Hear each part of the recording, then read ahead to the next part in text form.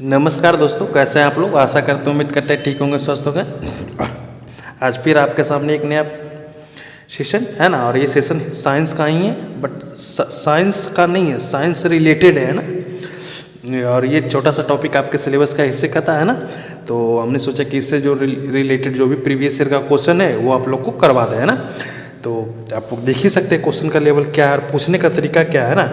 बात वो नहीं है कि प्रीवियस ईयर में क्वेश्चन इतना आसान आता है और कैसे टफ हो जाता है करंट का एग्जाम में। टफ हो जाता है, आपका पूछने का लैंग्वेज चेंज कर देता है ना। जैसा कि फर्स्ट क्वेश्चन आप लोग देख सकते हैं कि तो इसका लेवल क्या है, बस आपको थोड़ा लैंग्वेज चेंज कर देगा तो थोड़ा टफ हो जाता है क्वेश्चन है ना। तो आप लोग समझ समझ के करते जाइए, काफ़ी आपके लिए है ना। तो चलिए स्टार्ट करते हैं आज का सेशन। वैज्ञानिक प्रगति का मुख्य उद्देश्य क्या है? मनोरंजन, मानव जीवन को सरल बनाना, केवल प्रयास या व्यापार। क्वेश्चन कह रहा है मान्य वैज्ञानिक प्रगति का मुख्य उद्देश्य क्या है? तो है मानव जीवन को सरल बनाना है ना। ऑप्शन बी इसका होगा राइट आंसर। इसरो का पूरा नाम क्या है? Indian Space Research Organisation, International Space Research Organisation, Indian Science Research Office, Internal Space Research Office. Question कह रहा है इसरो का पूरा नाम क्या है? तो है इंडियन स्पेस रिसर्च ऑर्गेनाइजेशन है ना। ऑप्शन ए होगा इसका राइट आंसर। इसरो की स्थापना कब हुई थी? 1962 में, 1965 में, 1969 में, 1972 में। क्वेश्चन कह रहा है इसरो की स्थापना कब हुई? तो वह था 1969 में है ना। ऑप्शन सी होगा इसका राइट आंसर। इसरो के जनक कौन कहला है? एपीजे अब्दुल कलाम, विक्रम साराभाई, होमी भाभा, सतीश धवन। क्वेश्चन कह रहा है इसरो का जनक कौन कहला है? तो है विक्रम साराभाई है ना। ऑप्शन बी होगा इसका राइट आंसर। भारत का पहला उपग्रह कौन सा था? रोहिणी, भास्कर, आर्यभट्ट या कल्पना 1। क्वेश्चन कह रहा है भारत का पहला उपग्रह कौन सा था? तो है आर्यभट्ट है ना। ऑप्शन सी होगा इसका राइट आंसर। आर्यभट्ट उपग्रह कब प्रक्षेपित हुआ था? 1972 में, 1975 में, 1980 में या 1984 में। क्वेश्चन कह रहा है आर्यभट्ट उपग्रह कब प्रक्षेपित हुआ? तो वो था 1975 में है ना। और एक बात ये बताते चला, वो मेरी तबीयत में थोड़ा सा सुधार हो गया है ना। बस 1-2 दिन और मैनेज कर लीजिए, मोर दिन से इनफ है 2 दिन है ना, उतना दिन में कवर कर लेंगे रिकवर। भारत का पहला रॉकेट प्रक्षेपित केंद्र कहाँ था? श्रीहरिकोटा में, तिरुवनंतपुरम में, बेंगलोर में, चेन्नई में।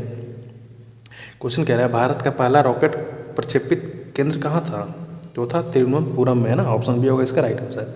एक भाई का कमेंट है कि आपका जो भी रहता है क्वेश्चन एक सेम ही रहता है। हाँ भाई, हम तो हर वीडियो में बोलते आ रहे हैं कि आपको हम जो भी प्रैक्टिस सेशन करवा रहे हैं प्रीवियस ईयर तो है ही, बट हम टॉपिक वाइज करवा रहे हैं ना। मेरा मिक्सिंग वीडियो नहीं रहता है 5 क्वेश्चन इसका, 5 क्वेश्चन उसका। जो भी आपको करवाएंगे सेपरेट टॉपिक का टोटल आपका प्रीवियस ईयर ही क्वेश्चन रहता है ना। उससे आपको पता लगे कि क्वेश्चन का लेवल क्या होता है ना, किस लेवल का आता है, और वही क्वेश्चन अगले एग्जाम में टफ कैसे हो जाता है। वो इसलिए टफ हो जाता है कि पूछने का तरीका चेंज कर देता है ना।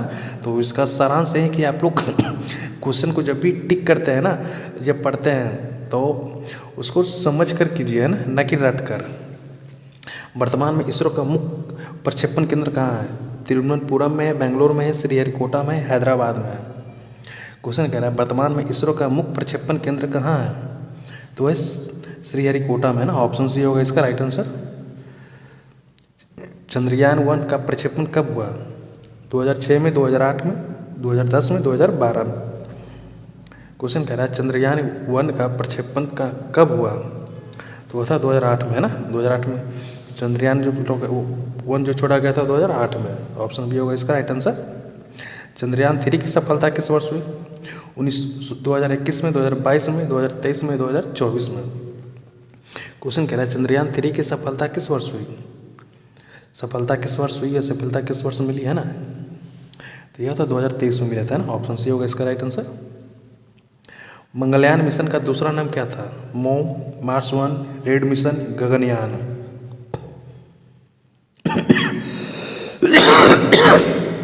क्वेश्चन कह रहा है मंगलयान मिशन का दूसरा नाम क्या था?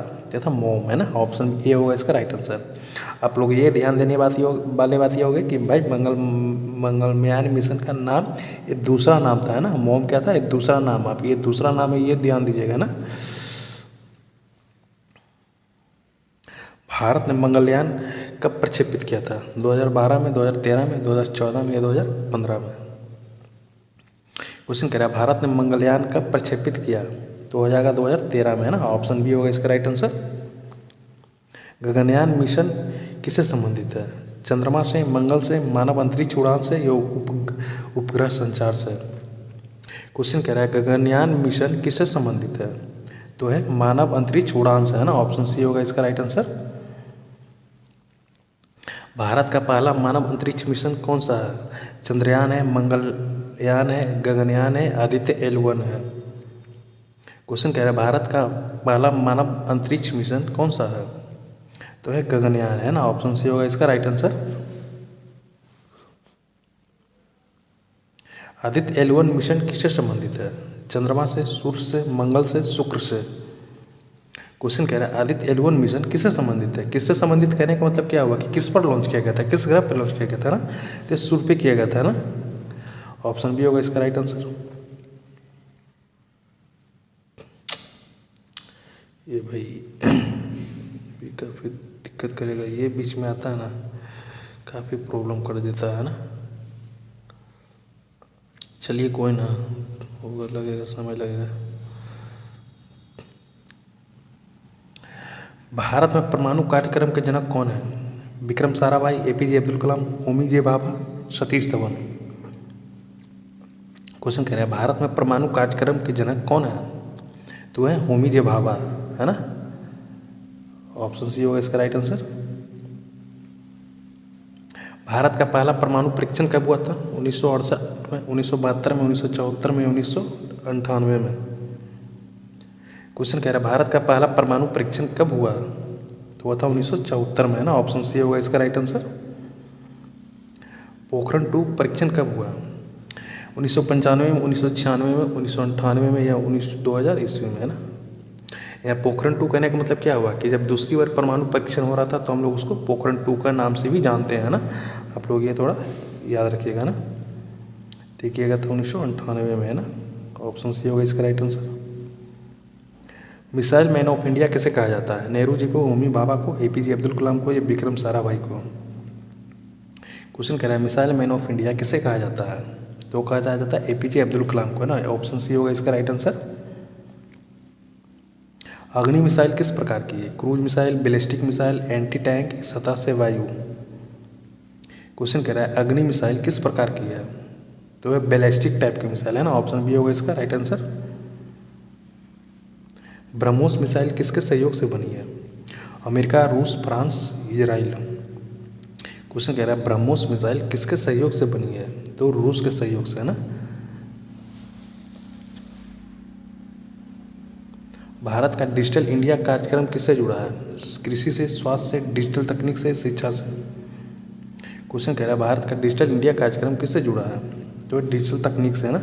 ऑप्शन सी होगा इसका राइट आंसर। बस आपको क्वेश्चन का लेवल देखिए, आपको प्रीवियस क्वेश्चन का लेवल क्या है ना। ऐसा नहीं कि हम आपको कोई क्वेश्चन, अगर कभी भी आपको शक हो ना मेरे ऊपर, तो आप रेंडमली कोई एक क्वेश्चन को पकड़ के, सभी आपका, अगर आपके पास समय उतना है तो क्वेश्चन को कहीं गूगल पे सर्च करके देख लीजिएगा, है ना, कि क्या है, किस एग्जाम का प्रीवियस ईयर है ना। तो बस आप लोग देखिए क्वेश्चन का लेवल क्या है, बस हाँ पूछने का तरीका थोड़ा चेंज कर देगा, वही आपके लिए ईजी क्वेश्चन हार्ड बन जाएगा, है ना। वैज्ञानिक प्रगति का सीधा लाभ किससे मिलता है? उद्योग, सरकार को, जनता को, वैज्ञानिक को? क्वेश्चन कह रहा है वैज्ञानिक प्रगति का सीधा लाभ किससे मिलता है? तो जनता को मिलता है ना।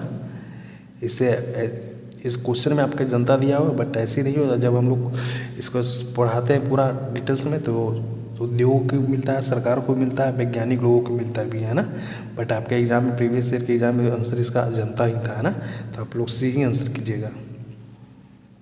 सुपर कंप्यूटर पर हम किस देश का है? अमेरिका, जापान, भारत, चीन? क्वेश्चन कह रहा है सुपर कंप्यूटर पर हम किस देश का है? तो भारत का, है ना। ऑप्शन सी होगा इसका राइट आंसर। भारत में परमाणु ऊर्जा आयोग की स्थापना कब हुई?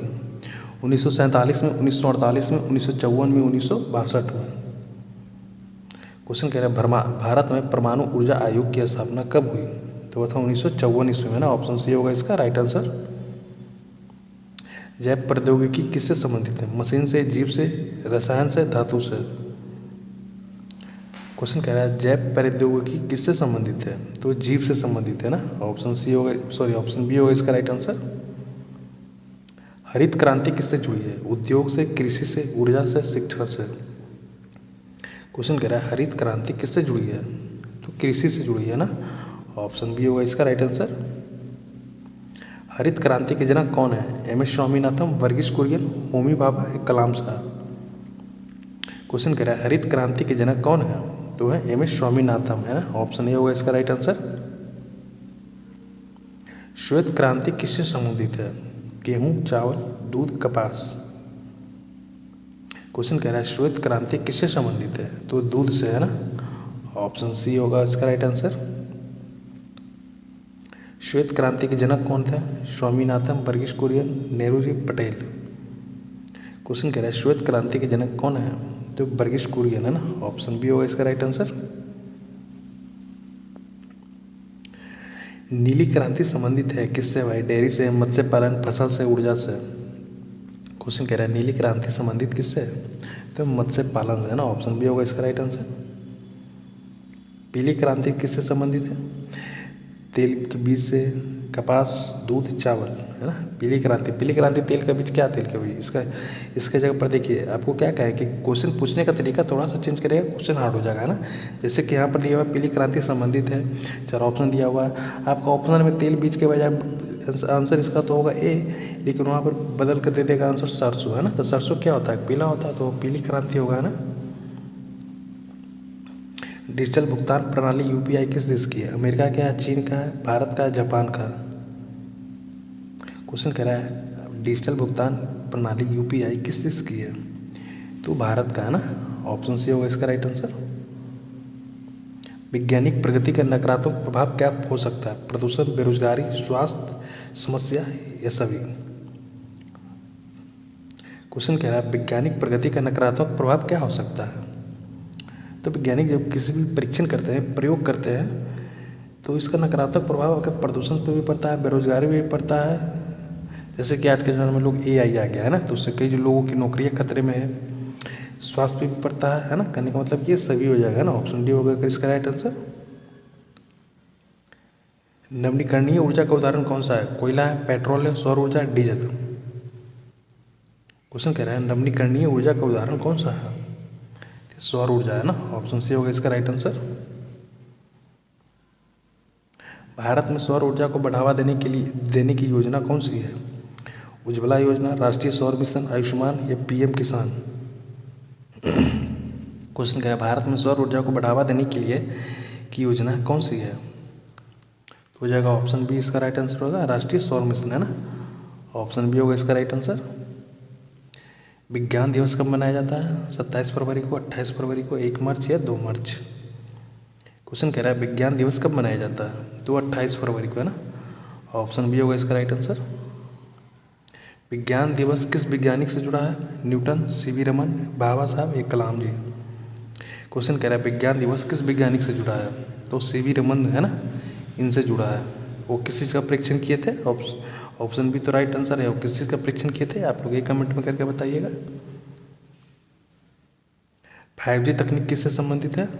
परिवहन से, संचार से, ऊर्जा से, कृषि से। क्वेश्चन कह रहा है 5G तकनीक किससे संबंधित है? तो संचार से, है ना। ऑप्शन सी होगा, सॉरी बी होगा इसका राइट आंसर।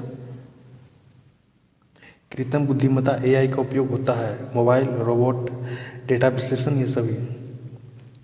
क्वेश्चन कह रहा है कृत्रिम बुद्धिमत्ता का उपयोग होता है, तो मोबाइल के में भी उपयोग होता है, रोबोट में भी उपयोग होता है, डेटा विश्लेषण में उपयोग होता है ना। कहने का मतलब कि ऑप्शन डी हो जाएगा सभी। वैज्ञानिक अनुसंधान का आधार क्या है? अनुमान है, विश्वास है, प्रयोग है, परंपरा है। क्वेश्चन कह रहा है वैज्ञानिक अनुसंधान का आधार क्या है? तो प्रयोग है ना। ऑप्शन सी होगा। विज्ञान मानव जीवन को बनाता है कठिन, जटिल, सरल, असुरक्षित। देख रहे हैं आप लोग क्वेश्चन का लेवल देखिए क्या है ना। बस एग्जाम तो यूं ही बदनाम है भाई। बस पढ़ने का तरीका थोड़ा सा चेंज कीजिए, समझने का तरीका चेंज कीजिए, एग्जाम आपको वैसा ही हलवा बन जाएगा जो कि आम जीवन का दिनचर्या बनता है ना। क्वेश्चन का लेवल देखिए क्या है। भारत का पहला सुपर कंप्यूटर कब बना? 1985 में, 1988 में, 1991 में, 1995 में। क्वेश्चन कह रहा है भारत का पहला सुपर कंप्यूटर कब बना था? तो बना था 1988 में ना, ऑप्शन बी होगा इसका राइट आंसर। परमाणु ऊर्जा किस प्रकार की ऊर्जा है? रासायनिक, यांत्रिक, नाभिकीय, सौर। क्वेश्चन कह रहा है परमाणु ऊर्जा किस प्रकार की ऊर्जा है? तो नाभिकीय ऊर्जा है ना, ऑप्शन सी होगा इसका राइट आंसर। वैज्ञानिक प्रगति के सीधा संबंध है शिक्षा से, अनुसंधान से, तकनीक से, इस सभी से। क्वेश्चन कह रहा है वैज्ञानिक प्रगति का सीधा संबंध किससे है? तो शिक्षा से भी है, अनुसंधान है, तकनीक से। कहने का मतलब कि वैज्ञानिक प्रगति का ऐसा नहीं किसी एक क्षेत्र में वो काम करते, क्षेत्र काम होता है तो हर क्षेत्र में काम होता है ना। कहने का मतलब कि सभी से है ना, ऑप्शन डी होगा इसका राइट आंसर। भारत का पहला इंटरनेट कब शुरू हुआ था? 1991 में, 1995 में, 1998 में या 2000 ईस्वी में? क्वेश्चन कह रहा है भारत का पहला इंटरनेट कब शुरू हुआ था? तो था 1995 ईस्वी में ना, ऑप्शन बी होगा इसका राइट आंसर। विज्ञान एवं प्रौद्योगिकी मंत्रालय की स्थापना कब हुई थी? 1970 में, 1971 में, 1972 में, 1975 में? क्वेश्चन क्या है विज्ञान एवं प्रौद्योगिकी मंत्रालय की स्थापना कब हुई थी? तो वो था 1971 ईस्वी में ना, ऑप्शन बी होगा इसका राइट आंसर। भारत में अंतरिक्ष अनुसंधान से जुड़ा संगठन कौन सा है? DRDO, इसरो, बर्क्स या CSIR? क्वेश्चन क्या है भारत में अंतरिक्ष अनुसंधान से जुड़ा संगठन कौन सा है? तो इसरो है ना, इसरो ही है जो अंतरिक्ष के ऊपर काम करता है ना। DRDO किससे संबंधित? चिकित्सा से, रक्षा अनुसंधान से, कृषि से, शिक्षा से? क्वेश्चन कह रहा है DRDO किससे संबंधित है? तो ये रक्षा तकनीक से है ना, ये रक्षा के ऊपर काम करता है। और आप लोग कमेंट में अगर देना बताना चाहते हैं कुछ तो ये DRDO का फुल फॉर्म बता दीजिएगा ना, क्या होता है जो। वैज्ञानिक प्रगति का सबसे बड़ा लाभ है विलासिता, सुविधा, रोजगार, सरल जीवन बनाना। देखिए आप लोग क्वेश्चन का लेवल देखिए, है ना। तो वैज्ञानिक प्रगति का सीधा लाभ होता है जीवन को सरल बनाना, है ना, ऑप्शन डी होता है इसका राइट आंसर। और आज का सेशन यहीं पर समाप्त करते हैं। और आप लोग कमेंट में करके बताइएगा 50 में से कितना क्वेश्चन सही हुआ। और हम जाते जाते फिर हम वही क्वेश्चन दोहराना चाहेंगे कि भाई हम जितना भी करवा रहे हैं वो सारा का सारा प्रीवियस ईयर है, एग्जाम ओरिएंटेड है। जो करवा रहे हैं वो कर लीजिए, मोर देन इनफ है जीके जीएस में, इससे ज़्यादा कुछ नहीं आएगा, है ना। कहीं जाने की ज़रूरत नहीं है, कुछ पढ़ने की ज़रूरत नहीं है, बस जो हम करवा रहे हैं वो कर लीजिए, है ना। तो ठीक है, मिलते हैं अगले सेशन में, तब तक के लिए थैंक यू।